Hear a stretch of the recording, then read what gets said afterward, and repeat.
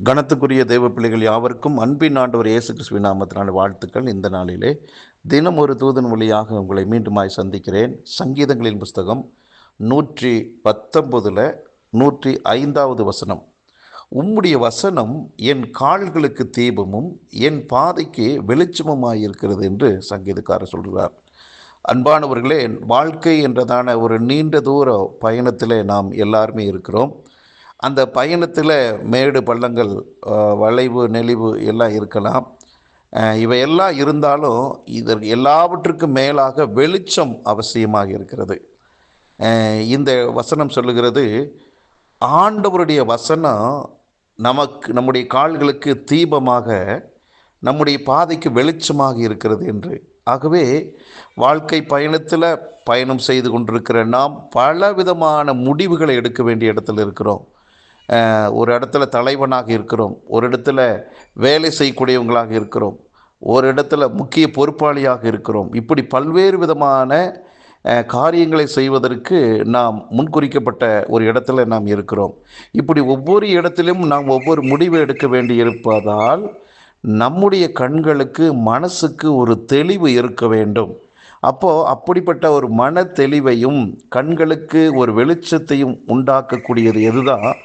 ஆண்டவருடைய வார்த்தை மட்டுமே. ஆகவே நீங்கள் எந்த காரியத்தில் நீங்கள் முடிவெடுக்க நீங்கள் தீர்மானம் பண்ணினாலோ, தீர்மானம் எதை அடிப்படையாக வைத்து எடுக்கணும் என்று ஆண்டவருடைய வார்த்தை சொல்லுதுன்னா, அவருடைய வசனத்தை வைத்து.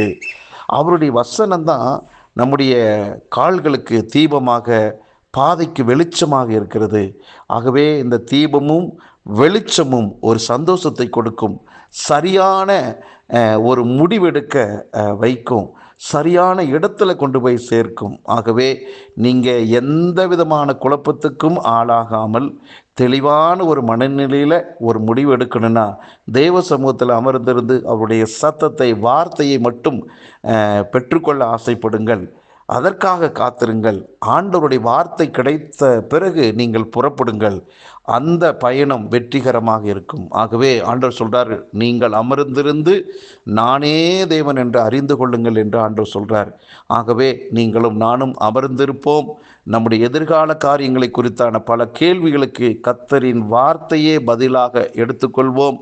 அந்த பாதையிலே செல்வோம். வெற்றி மேல வெற்றி அடைந்து ஆண்டவருடைய நாமத்தை நாம் மகிமைப்படுத்த போகிறோம். ஜெபிக்கலாம். நல்ல தகப்பனே, இந்த நல்ல வேலைக்காக நன்றி.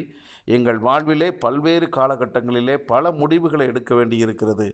மன தெளிவோடு சரியான முடிவை எடுத்து வெற்றிகரமான வாழ்க்கைக்கு போக உம்முடைய வசனம் மட்டுமே போதுமானதாக இருக்கிறது. அந்த வசனத்தை பிடித்து கொண்டு நாங்கள் ஆண்டவரை நடக்கிற போது அது வெளிச்சமாய் ஆசீர்வாதமாக இருக்கிறது.